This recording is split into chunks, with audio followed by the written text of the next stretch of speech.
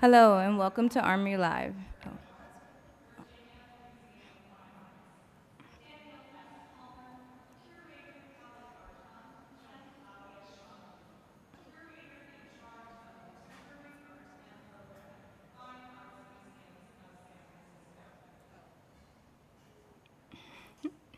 Hello and welcome to Armory Live. It's my pleasure to introduce our next Armory Live discussion, Curating Remotely, Art Fairs and Digital Migration.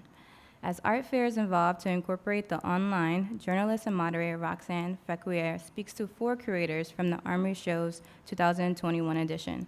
Wassan Al-Khudhairi, Chief Curator of the Contemporary Art Museum, St. Louis, Valerie Cassel Oliver, Sydney and Francis Lewis, Family Curator of Modern Contemporary Art at the Virginia Museum of Fine Arts, Daniel S. Palmer, Curator at the Public Art Fund, and Claudia Schmuckli, Curator-in-Charge of Contemporary Art and Programming at the Fine Arts Museum of San Francisco, to unravel their experiences this past year, both at art fairs and within their own institutions. New this year, our Armory Live program is streaming live, so I also like to welcome our online viewers.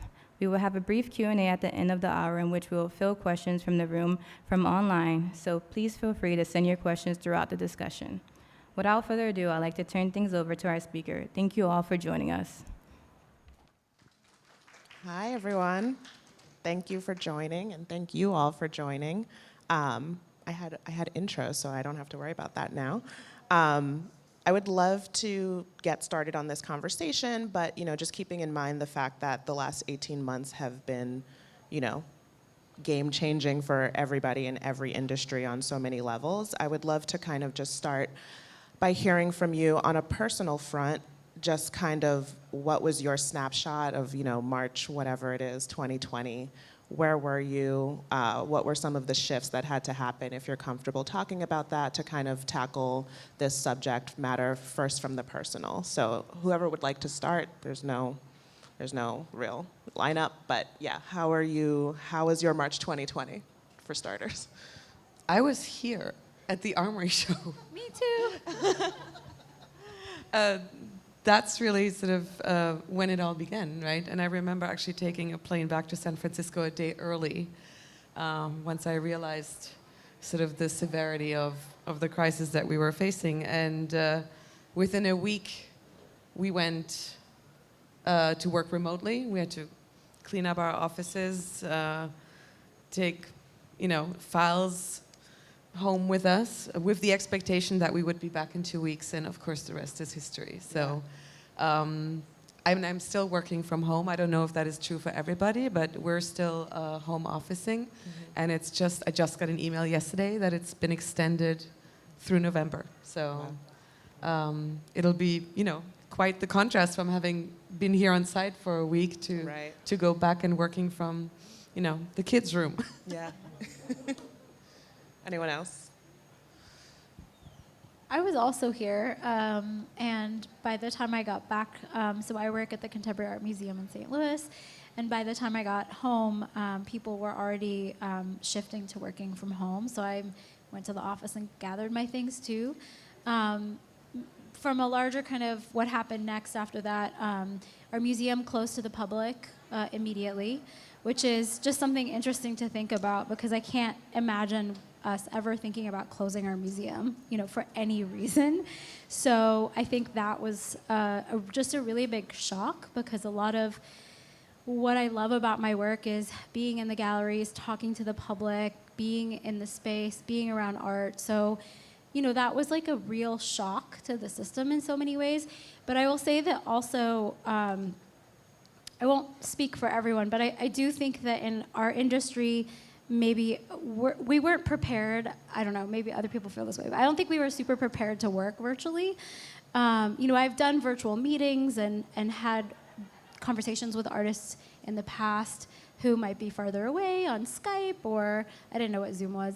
It was mostly Skype or WhatsApp or FaceTime. And so I think it was also an interesting opportunity in some ways to learn how to work in new ways. And so I work in a place that's small, and so communication is such a big part of our work, and that changed so quickly. There's no more like, stop at someone's desk, have a quick chat. We had to really learn new ways to communicate with each other that felt comfortable.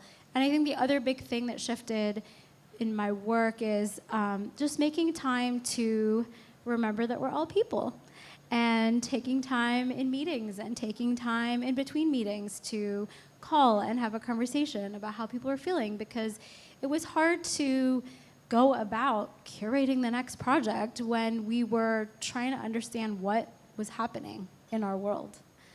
I'll stop there.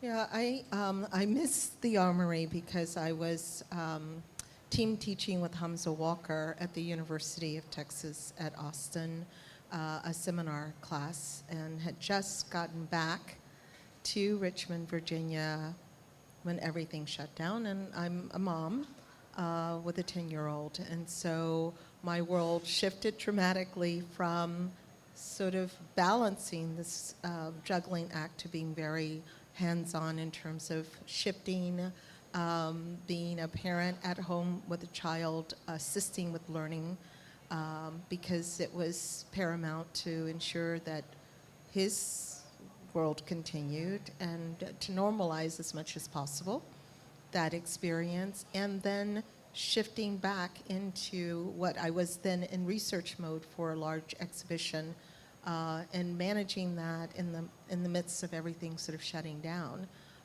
So as Wassan said, you realize the fragility of life, because people were in a place at one point and then they weren't. And some people never came back. Yeah. So it was a lesson in fluidity and spontaneity and perseverance. And it brought back a space of pacing oneself, and it allowed a certain level of balance to come back into play, quite honestly. Yeah. I think oftentimes we are tasked with the Herculean effort to be everywhere all the time, and you realize the spaces where that's necessary and many spaces where it isn't. And so there were always silver linings, but there were certainly dark clouds, and not only just one pandemic, but two pandemics, and dealing with the sort of fallout of that as well. So. Right. So I was here as well for Armory, and I'm based in New York. So as everything, I went back to my apartment in Brooklyn as we shifted to working remotely, out of the office. But working at Public Art Fund, we didn't close the doors of our institution because we don't have doors. We don't have a brick and mortar space beyond our offices. All the art exhibitions we curate are out in public space. So we all, we sort of felt a bit of a responsibility, I'll say, ultimately, to keep, well, first of all, we had 2 exhibitions that were on view when all the doors of museums closed, and we really were able to encourage people to safely see those. And thankfully, one of them, which was on bus shelters distributed throughout New York City, a lot of those works, that was by Farah Al-Qasmi at the time, a lot of those works were in people's neighborhoods where they were maybe walking their dogs or just kind of going out for a breath of fresh air at some point during the day. And we just, it was very meaningful to us to hear audiences respond and say that this was like the one interaction they could still have with art at that moment. And that sort of, emboldened us to say, okay, well, we needed to take the moment, and sort of think, what it meant to work in this space, but to continue to move forward with the exhibitions that we could do at that time. So, we have a wonderful team that was able to work throughout the city and, to sort of safely do the incredible work of installing these projects. And so much of how we worked, and I'm sure we'll get into this as well, shifted. It was mostly conversations with artists that we would just do remotely over phone, and but that for me personally, I was alone in my apartment at that point. That was really the connection to remember, all of the importance of what we do and what it can mean to people as well. Right. You were correct. That is my next question. How did the pandemic kind of shift your approach to work from whether it's the brass tacks of learning what Zoom is to spinning up digital programming for patrons to maybe just shifting your mindset around work? What were some of the shifts that occurred, if you haven't spoken to it already, during these past 18 months? Should I go ahead? Yeah, I mean, we were institutionally woefully unprepared. I can be very straightforward about that. It took us a long time to roll out digital programming on any front, whether that was public programming, patron group programming. There was no infrastructure in place, and also it made us realize that the way that we had been documenting our exhibitions was primarily for archival purposes. It wasn't done with an eye towards, social media presence or any digital content production. And it took about 6 months, frankly speaking, for the fine arts museums to sort of jump into gear and to launch a regular, what we now call virtual Wednesday program. That was a weekly public program. Since I'm the contemporary art curator, obviously more comfortable maybe working in the digital realm than many of my colleagues, I quickly sort of, as everybody says, pivoted, the most overused word of the pandemic, towards hosting screenings and conversations with a small group of people that were part of my Contemporary Support Council. And we were probably sort of like a little faster out of the gate than some of the other departments. But it was hard, it was really hard, and it was, it was isolating also, despite the fact that suddenly we had a lot more meetings on Zoom and Google Meets once we all figured out how that worked, which was, of course, an effort to maintain a sense of community and camaraderie amongst the staff. And on the one hand, I will say that it actually has fostered that over the 18 months. I felt like we saw more of each other, we talked more to each other during those 18 months that we actually did collectively across departments before. So definitely the institutional culture has shifted, I think, towards a greater sense of care for each other.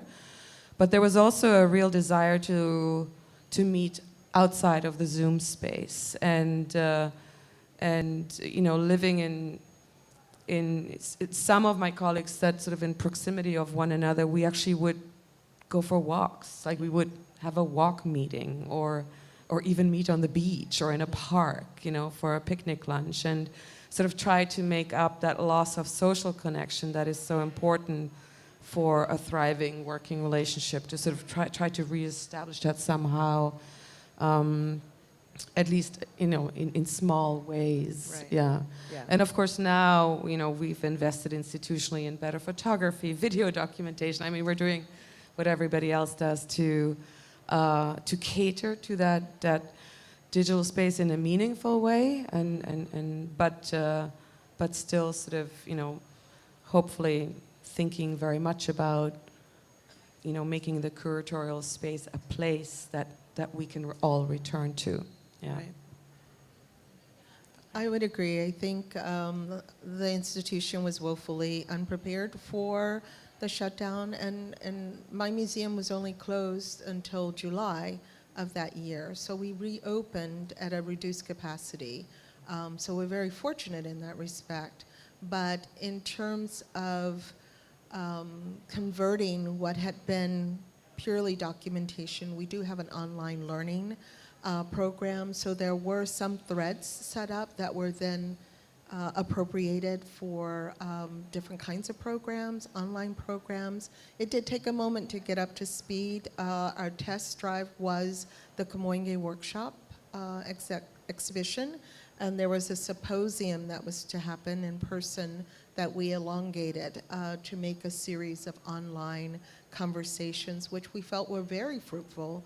There were people joining, participating, attending, who ordinarily would not have because of geography and travel and what have you. And so we found it to be very fruitful, and a lot of those things have continued, and it will continue into the future. if not live streaming. We're not set up for live streaming.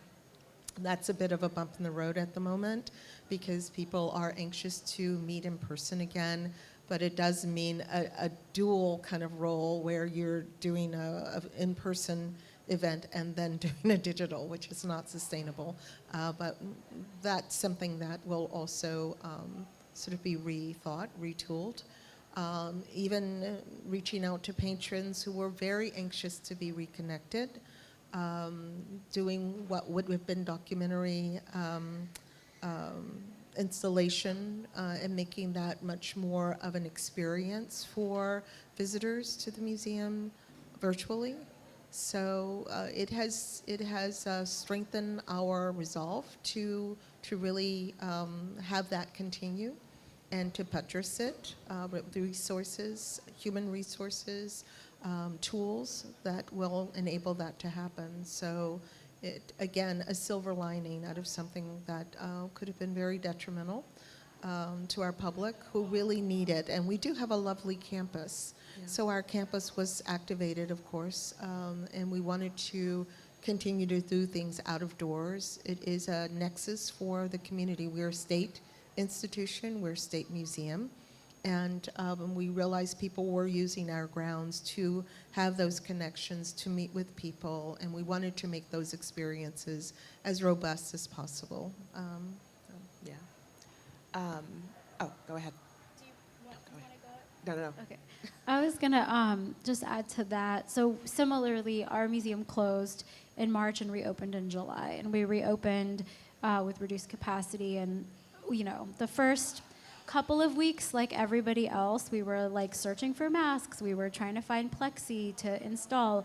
I work in a really small institution. There's 18 full-time staff, so it's a small team. So it's all hands on deck for sourcing acrylic and things like that to make the space feel safe for our both our audiences but also our staff, because people are putting themselves on the front line to reopen the museum. And so that was something that I was really involved in, is what are the operating procedures for reopening the museum. So we also pivoted to doing a lot of online programming. Luckily, our institution has a really good digital archive. So we started first with trying to, instead of pressuring ourselves to make new stuff under all the pressures of everything else, is how can we really capitalize on what we already have, and how can we, we have lots of artist talks and lots of programs that were already on the website. So how do we recenter them and bring them to the audience's attention? I was also working on a big group show of international artists. And so one of the things that we did at our museum is even though we closed and reopened, we didn't want to cancel any exhibitions, so we just shifted our whole schedule forward. The shows that were up at the time were supposed to come down, and we were closed. So we're a non-collecting museum, and everything in our exhibitions is typically borrowed either from artists or collectors or museums. So we had a big show that was on loan from the Brooklyn Museum. So we were trying to figure out with the registrars, can we extend all of our loans? We were calling individual lenders who had lent us these beautiful paintings of Derek Foragers to say, can we keep the painting longer? We need to redo the paperwork, but we don't know how much longer. We were just in completely unknown territory.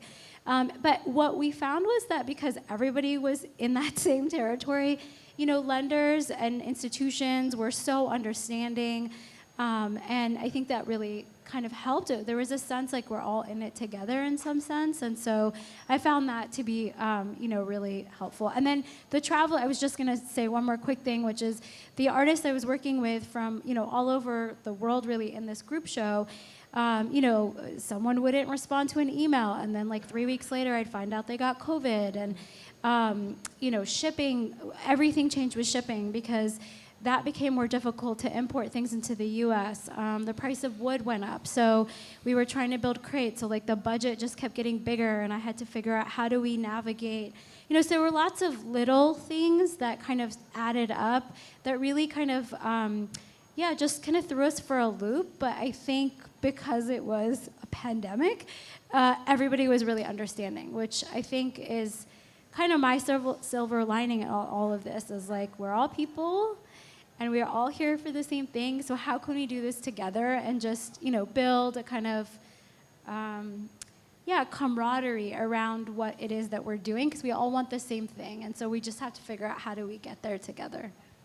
I just want to say, picking up on something that's come up a few times, I think at a lot of institutions, it's obvious to say, but people really stepped up as well. So you're talking about kind of institutional, and in particular, I think a lot of times the social media team and those who did digital communications and all of that were just some of the absolute all-stars of the pandemic.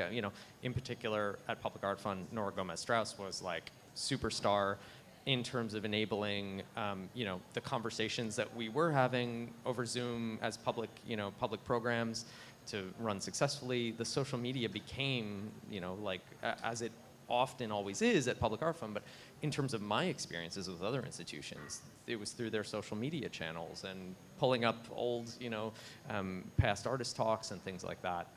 So I think that was a really important, an interesting thing for me to see of okay, not only how are things pivoting to the sort of hybrid or digital only, but a reliance on something that we always kind of knew was shifting in that direction as well really made front and center. Yeah. I think it allowed other people to be foregrounded in the institutions, which was really lovely. And it allowed you to really dig into your own storage, to see what you actually had in the event. We had to put things up in place of things or hold things over.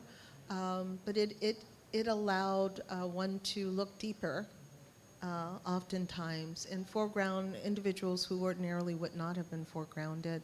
And in the most lovely, people stepped up in ways that were, don't realize all the immense talent that you really have of people working in institutions. And so that was really lovely and has had staying power as well. Yeah. I'll add, I also think it allowed for some of the conversations to go deeper as well, whether between colleagues, as you all were saying, or I just know I spent a lot of time on the phone or on Zoom with people who maybe I would see for 15, 20 minutes in a meeting, or get to have a quick little chat after, but to be able to just go really much deeper, I really made it, sort of for me, central to my day to just have a long call with somebody who maybe I hadn't spoken to in so long, and really just kind of, I certainly appreciated that as well. It meant a lot to me. So during this, ongoingly evolving and tough time when teams are shifting and seeing what they can do on quick notice, and all these things are going on, and you all are pivoting, art fairs themselves are pivoting to digital. And just to get into that conversation, I would love to just, for starters, hear from all of you. In a typical year, how would you attend art fairs and for what reasons? And how did that change during the last 18 months? Did you attend them at all? Did you not? And let's start there. You can start with Claudia. Sorry, I didn't realize I was going first again.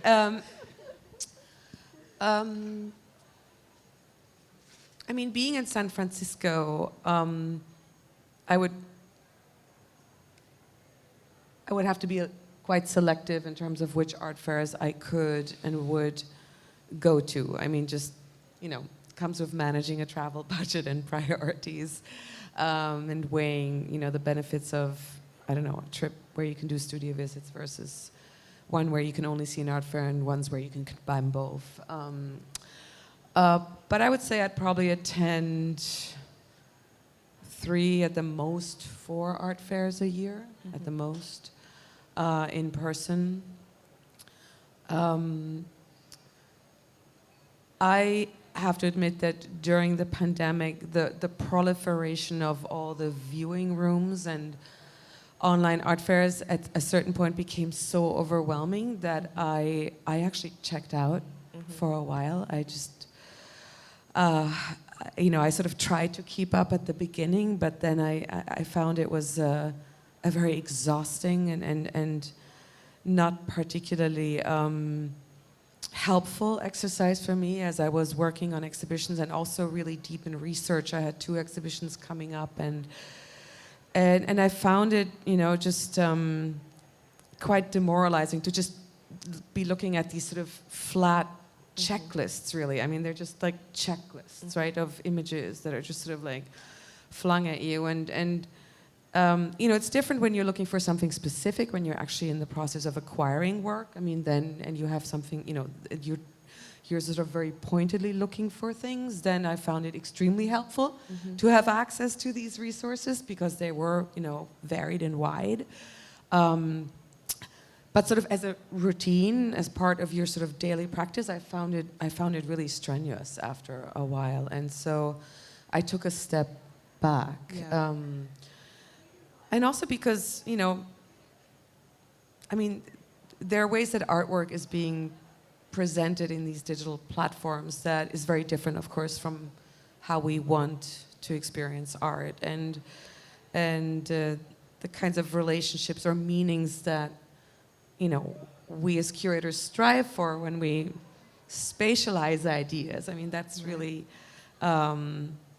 what making an exhibition is all about, that there's also the meaning that is being created is also lies within the relationality of the objects to each other within a particular space, and obviously you lose all that in an online platform, and so yeah, I really reduced the intensity of my consumption. Yeah, and just for clarity, I want to acknowledge that, like, it's not a one-to-one either. It's not like this year you went in person and next year you didn't. Like, it was a sea change. It wasn't just the fact that this was going, like, shift. Yeah, so the exhaustion of it could have been simply from the fact that it was an overexposure to digital, or it could have been literally anything else going on in the world. So I just want to be clear about that question. It's the accumulation of everything, right? Yeah. I mean, trying to find your place as a person, you know, within the social and biological viruses that, you know, were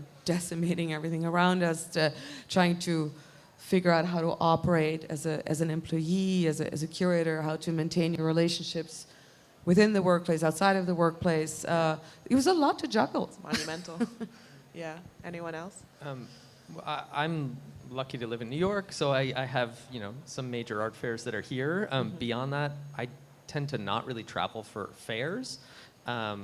We have a small curatorial team at Public Art Fund of 3 people, so we kind of divide up, travel like that, and I tend to sort of prefer more to travel for biennials and, you know, studio visits and research and things like that. So, but in terms of the online kind of the migration, you know, of fairs online, I think, you know, funny, I think I've always sort of thought about art fairs as kind of analogous to social media as well. Like, you see so much when you walk around any art fair, and I think their shift online sort of, for me, kind of felt like, well, that's already sort of what it's like.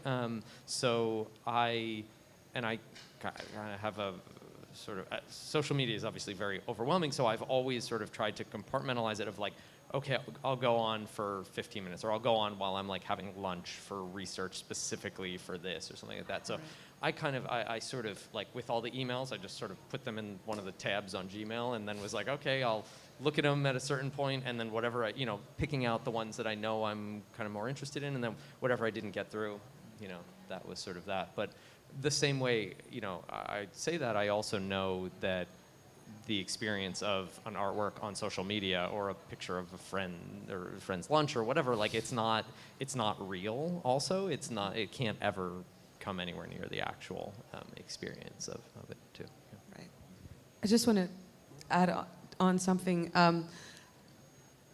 Having shifted from a non-collecting context to a collecting context only 5 years ago, also has shifted my relationship to art fairs. And I thought maybe it's also just helpful to point that out, you know, because when you're not actively acquiring work, then I agree with you, like, my priority was to go to biennials, to do studio visits, to this and the other. When you do, which is a wonderful thing to be in that position now, the art fairs also become an opportunity to actually look at work in person that you may be acquiring from a different place. So there's a very practical reason also for me now to be attending more art fairs than I used to in the past, just as an It's a very important point, Claudia. And it did, because I did also 4 years ago move from a non-collecting institution to a collecting. And so the art fairs are essential in that respect to sort of encounter the work. And it is so experiential. Like, you have to be in the space to see the work. And the digital platform allows you to know what's available. But it isn't a substitute as a space to engage for an acquisition. And so because of that, I think I may attend maybe 3 fairs annually. It's more or less establishing relationships with the galleries. And it's oftentimes to just peek at what they're doing. Establishing those relationships, establishing the relationships with the artists. I tend to work with living artists. And so it's getting to know them through the work and then through the gallery and then getting into the studio to dig deeper. So it's a platform and it's a tool to create relationships. And that's so invaluable. And so sometimes the fairs are an entree point to that. And a way to experience the work and to see how it exists in the midst of other contexts as well. So that's always important. And I can't imagine that, and I didn't intend any digital platforms for fairs at all last year. It was overwhelming just to keep up with what you were asked to keep up with and what you were responsible to keep up with in terms of work and the research. And the pulling together of things. So it simply was not within my spectrum or bandwidth to incorporate into the work last year. But it's wonderful to be back. I'll say that. I don't think I have much else to add. I also work in a non-collecting museum, but I used to work at a collecting museum. And I think you said, kind of, Valerie, that really resonates with me, that it's about relationship building. And I think that galleries are part of the ecology of our landscape in our field. And so oftentimes at a non-collecting museum, we work closely with the gallery to help us find who purchased a work that we want to put in a show, or to help us find ways to raise money to frame brand new work so we can put it in our show. So it is about kind of coming out, sort of showing your support to them in some way, being here, but also, being able to build on these relationships is something that I've often found. I did not engage very much with the online art fairs either. It was just a lot for me, and I'm an in-person person. Yeah. So my next question was, what did you all find energizing or potentially lacking about the experience of navigating art fairs digitally? And I think we've touched on what was lacking. But I'm wondering, even if not for you personally, was there something that you could see being energizing for maybe a different attendee for a different purpose? Or was there something that you could say, in a different year where I'm not losing my mind, taking care of all these things, this could be really great?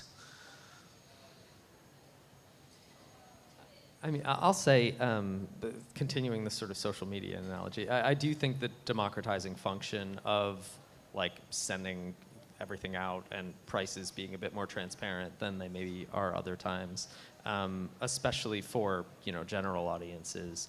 I'm sure that's something that this past year was unique for, and I think that's an important shift. I don't know how much that actually had an impact on engagement, but I think that's something we can identify. Yeah. That's such an important point. I don't think people who go to fairs realize, the vast amount of resources that galleries have to expend to be here.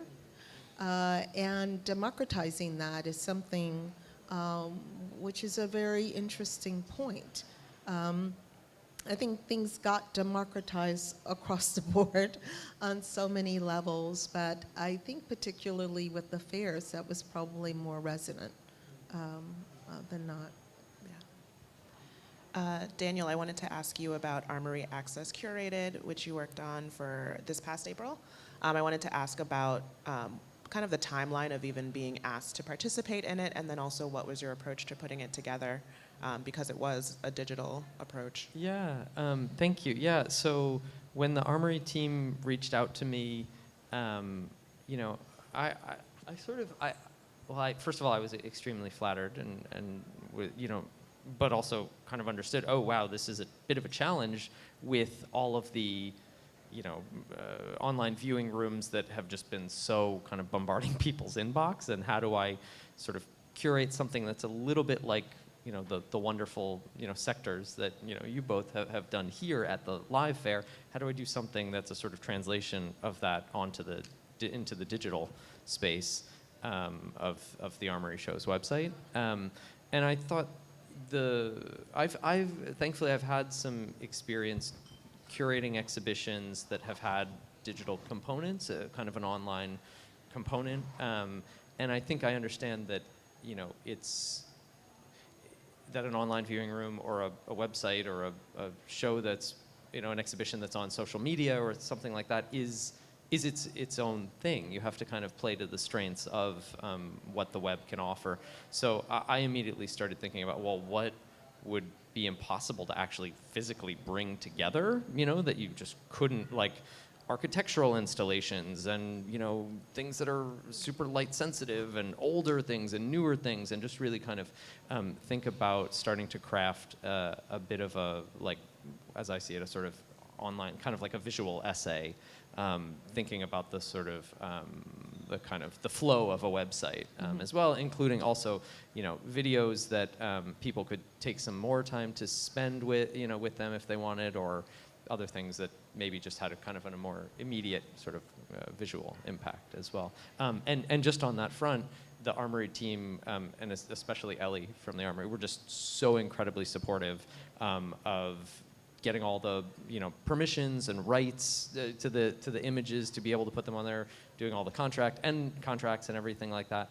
And a lot of it was the conversations, you know, really was just having conversations with the artists who I wanted to include in the show, having conversations with the galleries and, you know, the individuals at the galleries, and I realize probably many of you probably didn't actually see it. So I should say it was on in April. It was titled "The Pandemic is a Portal," that really was focusing on the Arundhati Roy essay from The Guardian. She is one of my absolute all-time favorite writers, and this was an essay that was just so central to my thinking about the pandemics of that moment, and how we really had a choice of how we were going to cross that portal, cross that threshold of, you know, leaving the awful, you know, problems of the past behind, and make a choice and you know, a decision to work for the better tomorrow that we all wanted. So that's what all of the artworks that I brought together were kind of focused on that. Yeah. And I just want to say, you pointed to one of the actually potentials of curating in the digital space that I just wanted to call out, because I think that is, you know, something that that could be exciting also for the future. It's to bring objects together in a space that literally, physically, probably could never live together. So I do think that's a really exciting dimension, you know, that has been probably underutilized. And so for you to take that approach, I actually think that is a very exciting approach to digital curating. I think that something that I thought a lot about when we tried to do more of these online programs is what you're saying, Claudia, is think about the digital space not as a way to take something we usually do physically and make it digital, but actually conceive of something in and of itself that is digital, which is what you did. And I think that's, like you saying, that's where the possibility is. And even if you think of something as simple as like an artist talk, like we wait till the end to do questions. Why? Because we're all here in person, and that's how it would be easier logistically. But if you're doing it online, why do you have to wait till the end? So it's like, I think that that's been what's interesting for me, is like, how can we think about that space inherently for what it can offer us, as opposed to we can't do it in person, so how do we make it happen online? Yeah. Have there been any works of art that you've seen, whether online or not, in the past 18 months that jumped out to you specifically because of the format that you saw it in? Was there something that you saw either in an online viewing room that, that stuck in your mind and you didn't say, oh, well, I want to see that in person later? Like something that that's, in its own right kind of stuck to you? I mean, I'll say it's a little different in a sense, but a lot of what maybe people sort of just think of as like memes, I actually sort of see as a art form of sorts, a kind of contemporary art form. And I think Freeze magazine, EEZE magazine, and a number of other sort of artists and curators and thinkers are kind of pushing things forward in that way, kind of rethinking what an exhibition is as well. So I think it was more things that were digitally native and that were, utilizing the sort of special, features of online life in this very strange kind of new way. Yeah.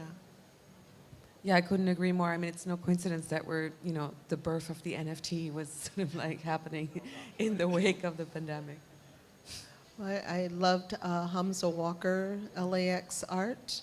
He did a series called Book Porn, where he would just show artist books, which was really quite lovely. Yeah.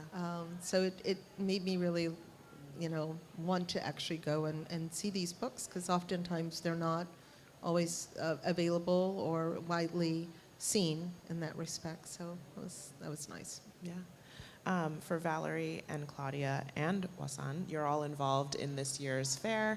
I would love to talk to you all about what it is that you've done for the fair this year, and also how the work that you did was or wasn't complicated by all of the things that we've already touched on these past few months. Okay, so I curate the platform section, which is the series of large-scale installations and sculptures that you see right outside of this lecture hall on the elliptical carpeted area. And of course, it was a very specific task in the sense that it was meant to be primarily work in 3D on a certain scale. There were only these two walls that I was able to incorporate. So I mean, just taking all sort of these parameters into account. The way that the curation of that section, I think, got complicated was by the fact that a lot of galleries were hurting financially, that it is not a cheap proposition to participate, that there is some support for installation, but the galleries still have to organize transportation, production. If they're not in New York, that can be quite considerable. So in non-COVID times, this would have probably been easier, although I have not done it before, so I can't draw any direct comparisons. But I had many conversations with artists and galleries who would have loved to participate and couldn't. And so, that's sort of like in the background of putting together this kind of work. And I just suspect it might have been different had the circumstances been other. I was the chair, or am the chair, of the Curatorial Summit, and it was wonderful. We convened in person yesterday. However, the digital allowed for two projects, or two engagements, I should say, that ran previous to this. One in March and one in June. And all under the rubric of the question, are museums monuments? And it was really looking a direct response to the sort of social outcry related to museums and how museums have upheld a particular narrative. And of course, living in Richmond, Virginia, allowing that to be concurrent with the sort of social protests around monuments and what they symbolize, and in ways in which they signify a particular order, social order. And so it was very fruitful. We had some really wonderful conversations initially with Aggie Gund, which was a lovely conversation about just shifting the narratives within the museums, her work, both with MoMA and outside of MoMA, in terms of the initiative that she has begun. And then later in June with Mickey Garcia and her work at the Arizona State University, her collaboration with Severa Simmons and Deborah Cullen Morales, I'm sorry, Deborah, forgive me, who's now with the Mellon Foundation, and how the foundation is now assisting in trying to shift these sort of narratives and be more responsive and mirror the society and communities in which these institutions are situated. And then, of course, finally in person, yesterday we had a lovely conversation with Helen Molesworth, Hamza Walker, and Eugenie Sai, and then later myself with Lowry Stokes-Sims, who has such a long longevity and arc in the curatorial, and looking at curatorial leadership and how, as curators from the place that we are, we can also be engaged in shifting these narratives within museums, inside and outside of institutions. So I curated the focus section of the Armory. I was invited to curate it. And it's the sort of section, I don't know, in that side of the building, marked with the purple kind of markers. And I, similar to Claudia, I haven't done this before, so I don't have something to compare it to. I can compare it to curating in a museum, and I would say it's very different. Probably extremely different. I think I would describe it as having just different types of parameters. Like in a museum, you have a set of parameters. In the art fair, it's a very different set of parameters. It's also the mission or the ultimate goal is also quite different than I would say curating in a museum is. It started with, it felt a little hard to work in a bit of a vacuum because it was just like, you sitting at your home trying to, the first thing they ask you is come up with a theme for the section, and you're just like, okay, I'm sitting here, I got to come up with a theme. So I'm a very collaborative worker, and so even when I curate shows like at my institution, it's so much about talking to colleagues, working with colleagues, and having people to throw things around with or whatever. And so that was the challenging piece of it for me.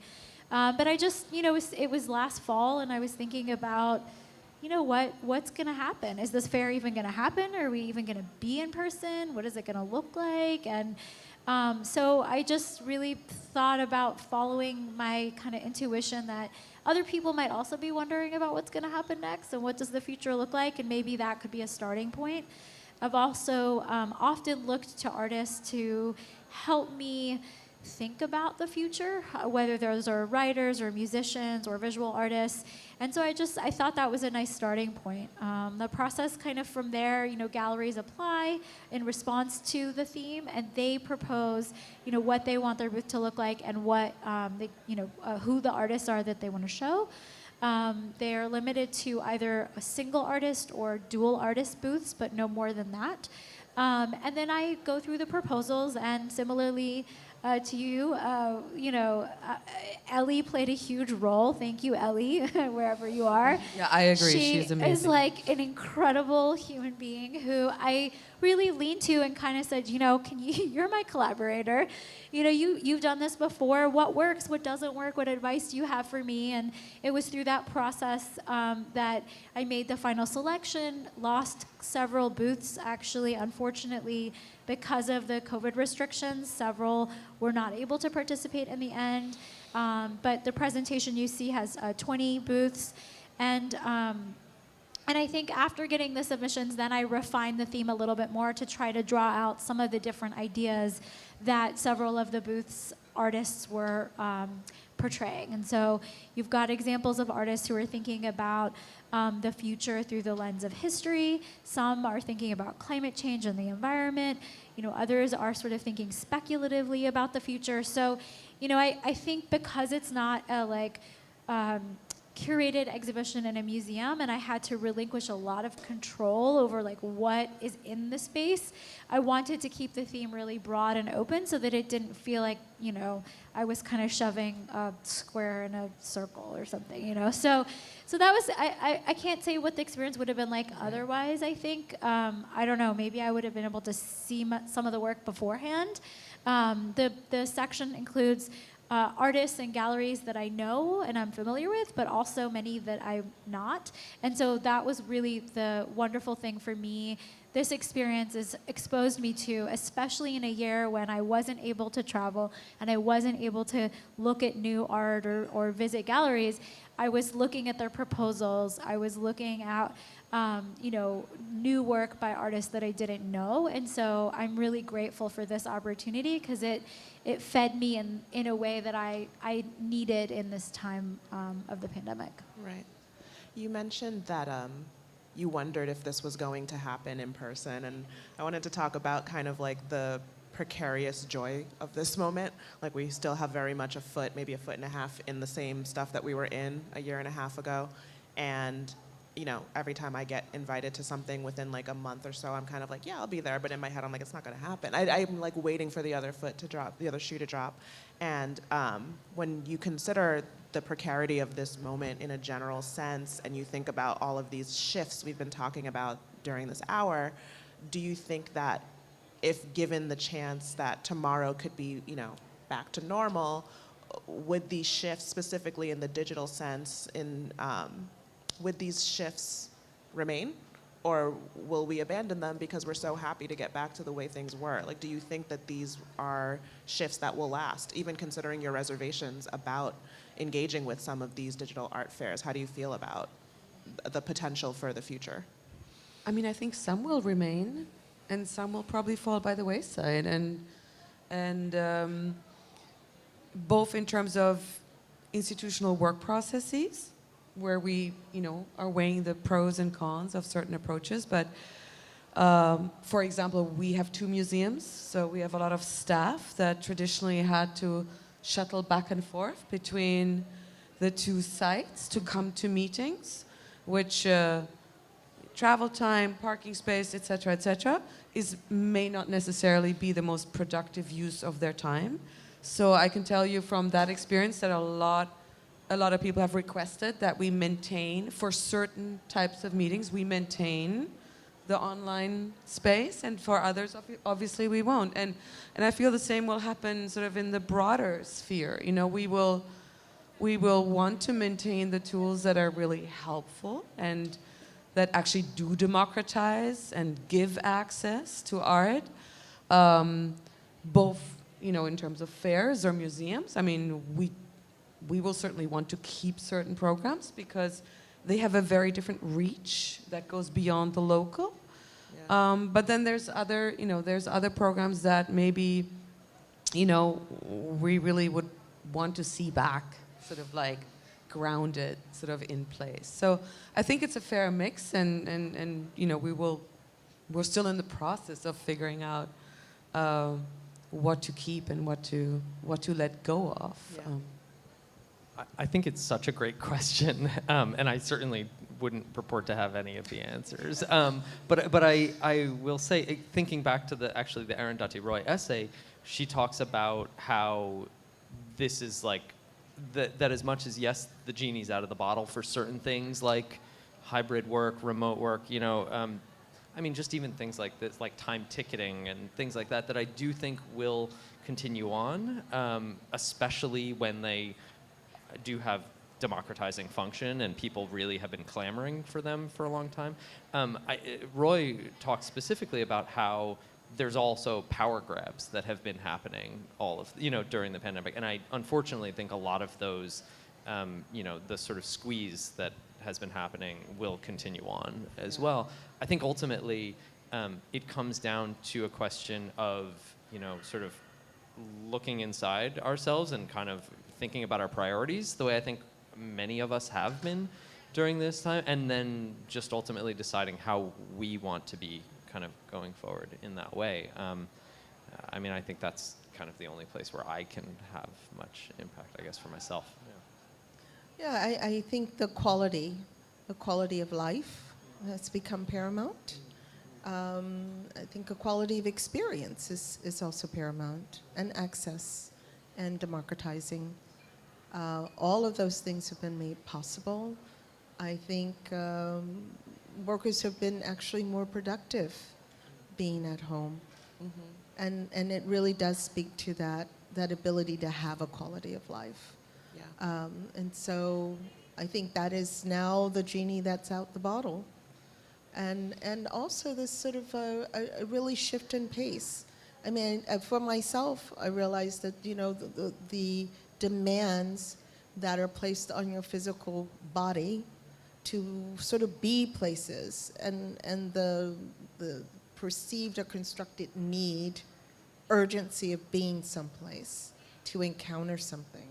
I mean, that has certainly fallen by the wayside. And maybe that's a thing that I'll allow to creep back in to some extent, because there's a big part of me that enjoys being places. Yeah. It beats me.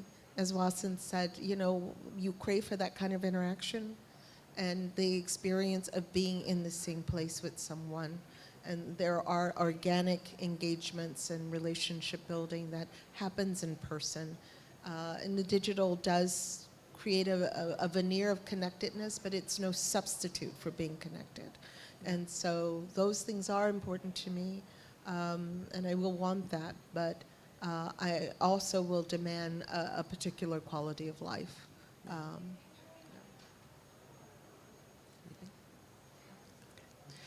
We have a few minutes left. If anybody here has questions for the panelists, or if anything came in.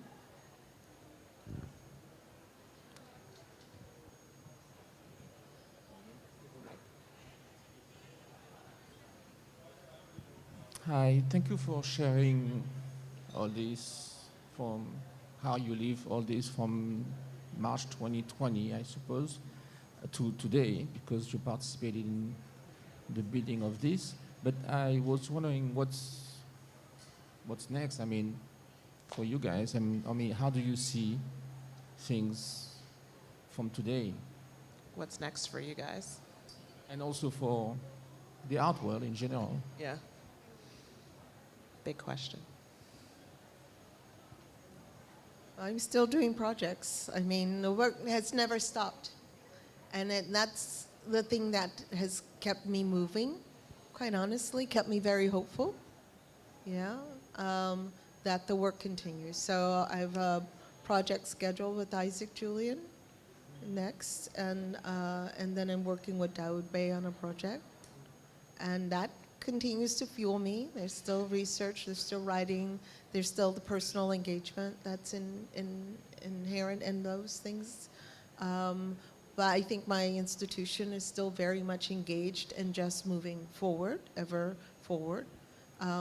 Because in many ways it is a service to the community to be open and to have people experience the art. Art is very important to the quality of life. It's very integral to life. And if nothing else, that was to me reinforced, that art can speak, it can empower, it can enhance, and those things are vital. And so the institution's very much committed to that, as am I, so yeah. Yeah, I couldn't agree more. I mean, we were closed much, much longer than everybody. I mean, we literally reopened one museum in March of this year and the other in May. So we were, dark for an extraordinarily long period of time. And people are coming back. They're clamoring to come back. They want to be there. And just as Valerie described, I mean, it has reinforced so much our belief that, art matters in ways that we always believed in, but sometimes maybe we're losing sort of like sight of.